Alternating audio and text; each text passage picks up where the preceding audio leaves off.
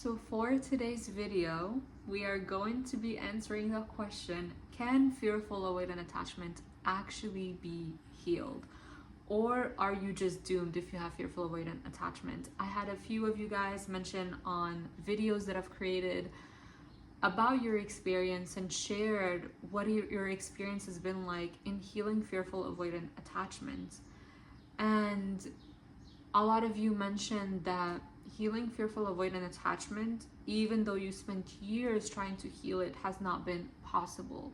And in this video, I'm going to be sharing how you can actually heal fearful avoidant attachment, because I deeply believe and know in my heart and soul that this can be healed. I believe we live in an infinite universe. Anything is possible.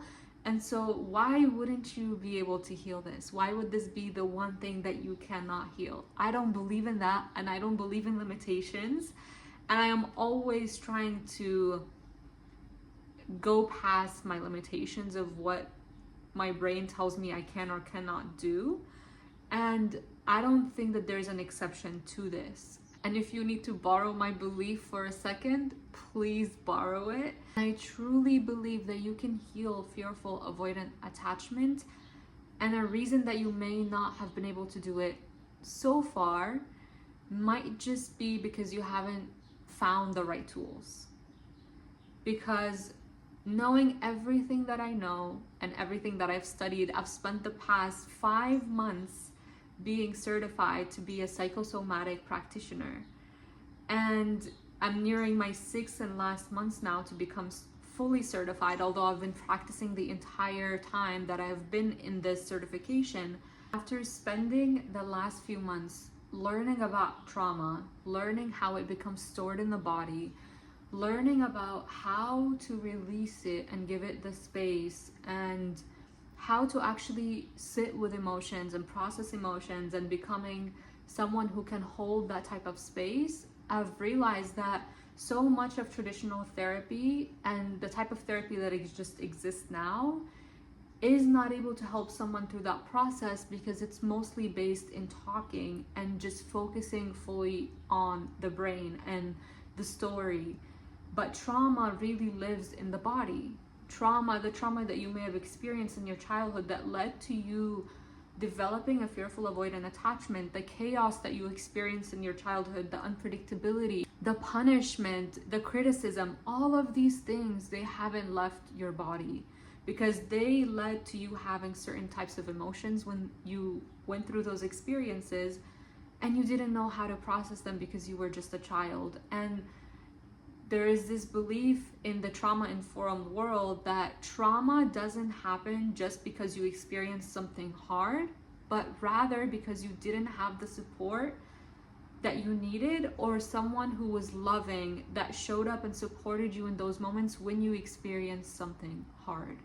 And so when you are a child and you experience something so drastic or so intense and you don't know how to process it, and at the same time, you don't have that support from the outside, you don't have that loving person that was able to help you through that experience, that becomes traumatic. And those emotions, when not expressed, when not seen, when not witnessed by you or someone else, they become blocks in your body, they become stuck in your body.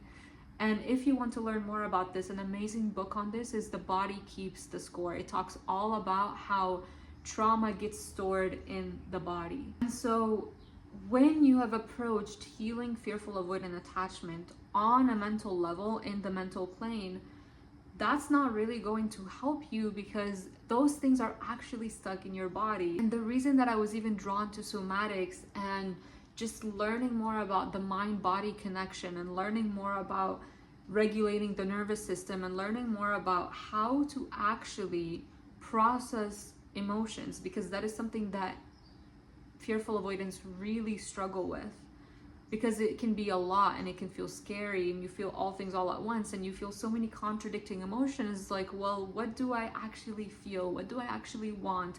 This is all too much. Like, one day I'm like this, one day I'm anxious, one day I just don't even want the person to talk to me, One day I really want my partner, and then when they start coming closer to me, I just want to reject them. I don't even want anything to do with them. I want them to leave me alone.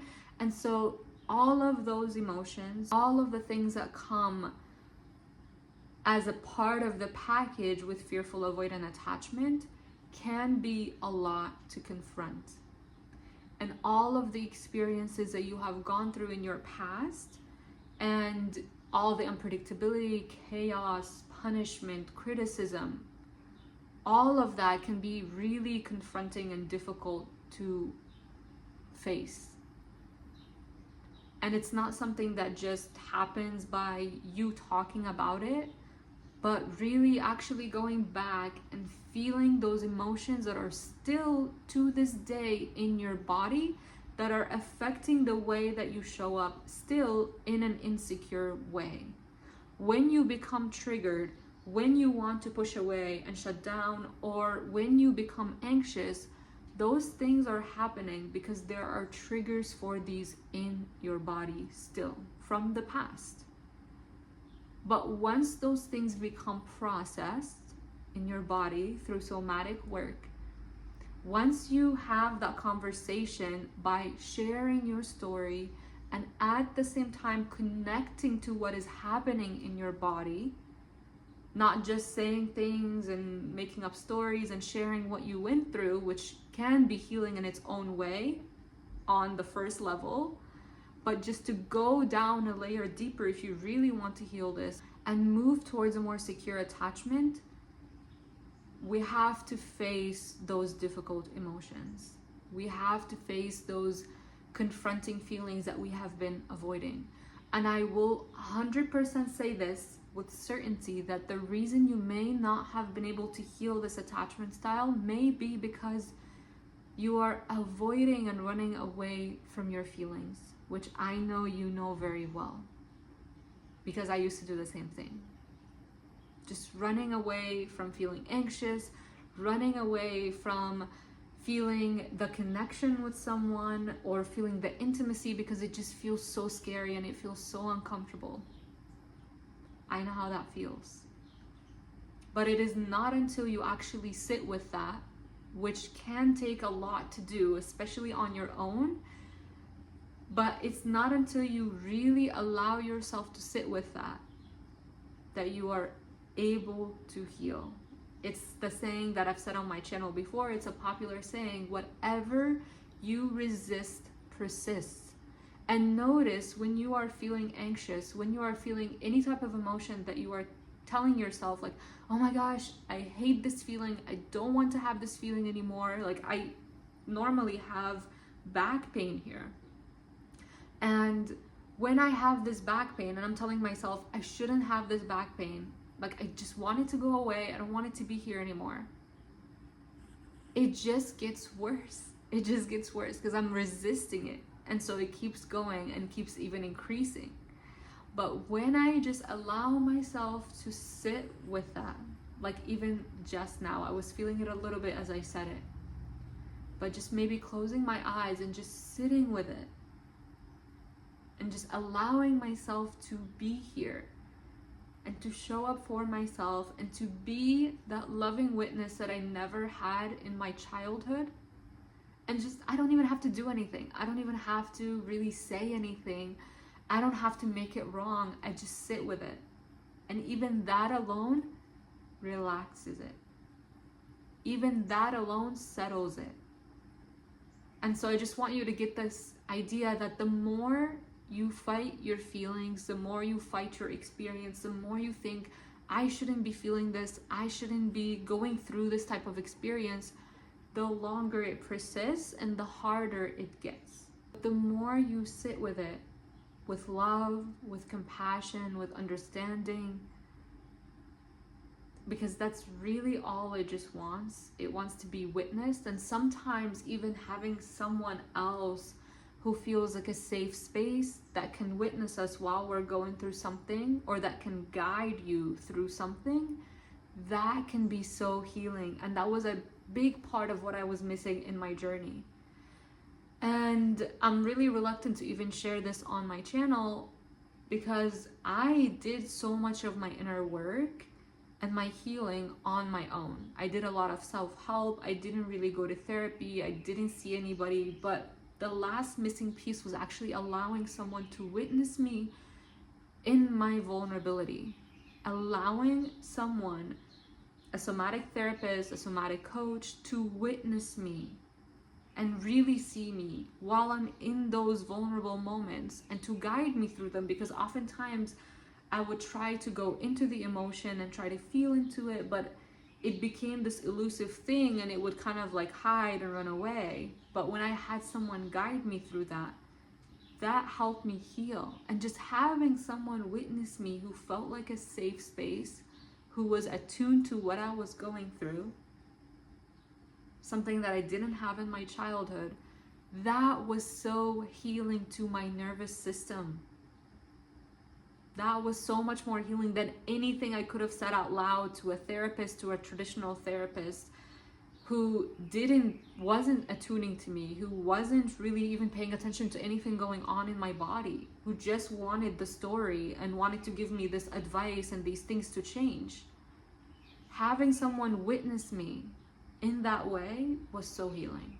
Speaking of this, I was mentioning that in the last, I think in a few videos earlier this summer, that I wanted to hold a group coaching container, but I have actually changed my mind about that. I realized that if it were me, I don't know if I would have just wanted to jump in a group setting right from the start. And I feel like it takes some form of witnessing to begin with, one-on-one, and to be able to open up your heart and share in a vulnerable way in a safe space. And if it were me, maybe just because I'm a little bit more introverted, I feel like I would have just wanted that one-on-one experience. And so my heart is now saying, I'm not drawn to the group container anymore. Maybe it would have been good at the time when I got it, and I probably should have acted on that when I got it, but because I left it until August, I'm now not feeling like that is what I want to do anymore. So I just wanted to let you know that that is no longer going to be happening. But if you are interested in working one-on-one with me, to approach this in a somatic way, in a more holistic way of inviting both your mind and your body to the conversation, to be able to be witnessed in a safe space from someone who actually went through this themselves, who has gotten mentored, who has had fearful avoidant attachment, who has gotten somatic therapy.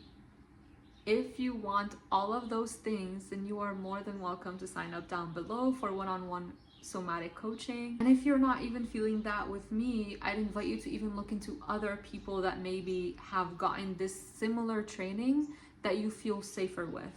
But I really, really believe that just being witnessed, maybe the last little piece, along with feeling your emotions, those are the last two pieces that you may be missing in your healing journey. If you've done all the inner work, you've journaled, you've read all the books, you've done the courses, like you've done traditional therapy, you've done all of these things, even if you haven't, but maybe you've done something else that I didn't even mention.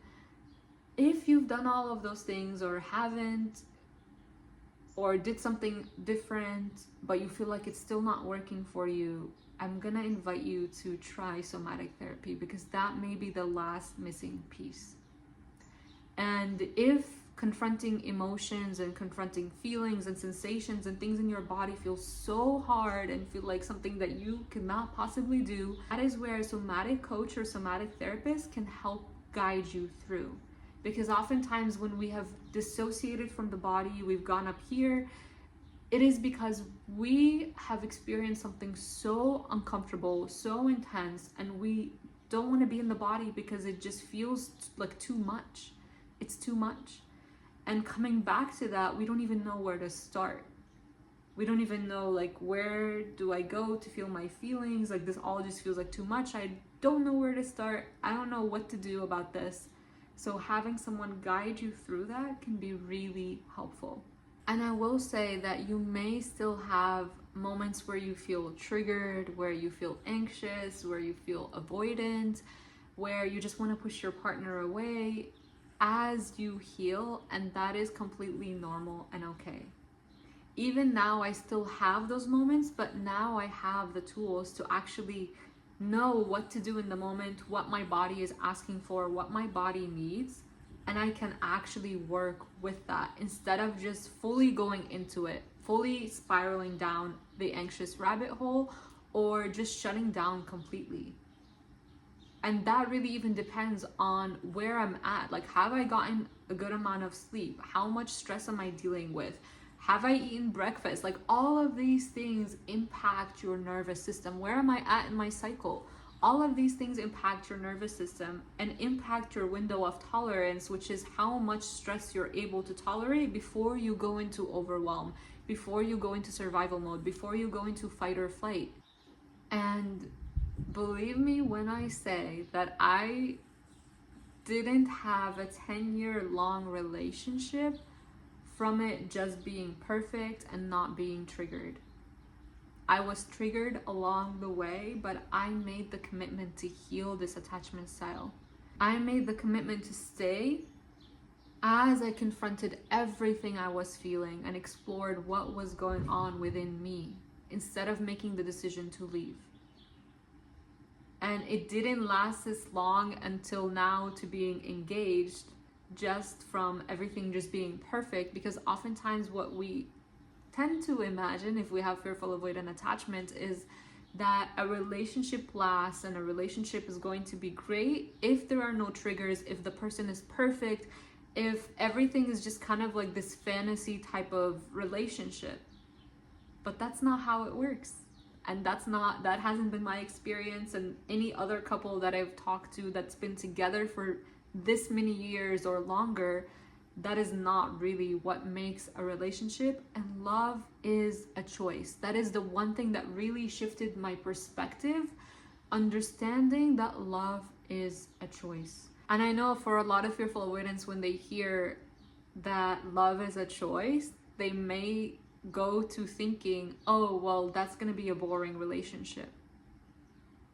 That's going to be a sexless relationship. Maybe, I don't even know if I'm allowed to say that on here. We'll see what happens. But they just kind of tend to think, oh, that's going to be like like a relationship without romance.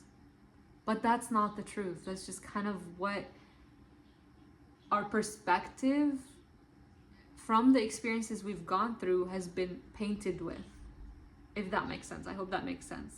Fearful avoidance may have this perspective of what love is supposed to be versus what love really is. And when they get into a relationship where they actually get to see what love is really like, then they're like, what did I just get myself into? This person is not perfect. This person is annoying.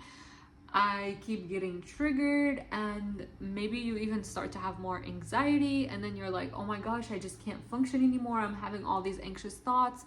And I just don't want to be with this person anymore because I need to freaking have some peace. And the only way to have peace is to leave the relationship. But I want to take this one step further and challenge you to really explore what is going on inside of you. And when that anxiety comes up, start to notice when that anxiety comes up.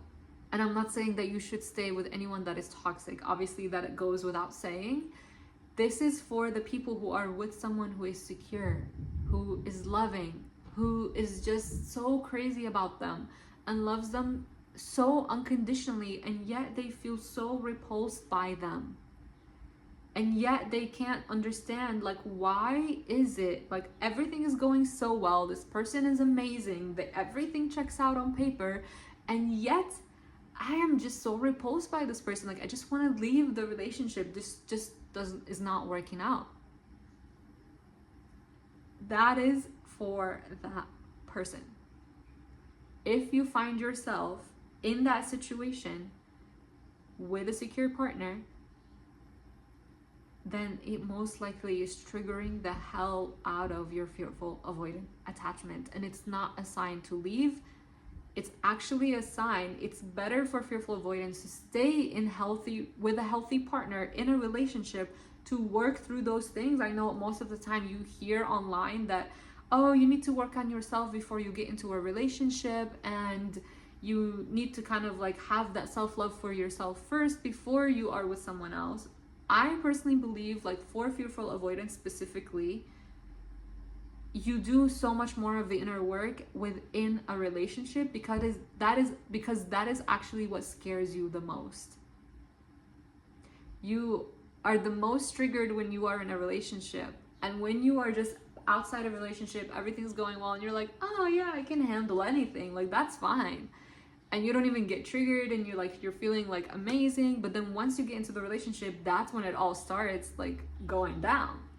And that's when you actually get to practice all the inner work you may have learned. And so I want to encourage you to maybe make some type of commitment to yourself if this is where you're at now, and to explore what's going on in your body. Make the commitment to stay with this person and see it through, and see what happens.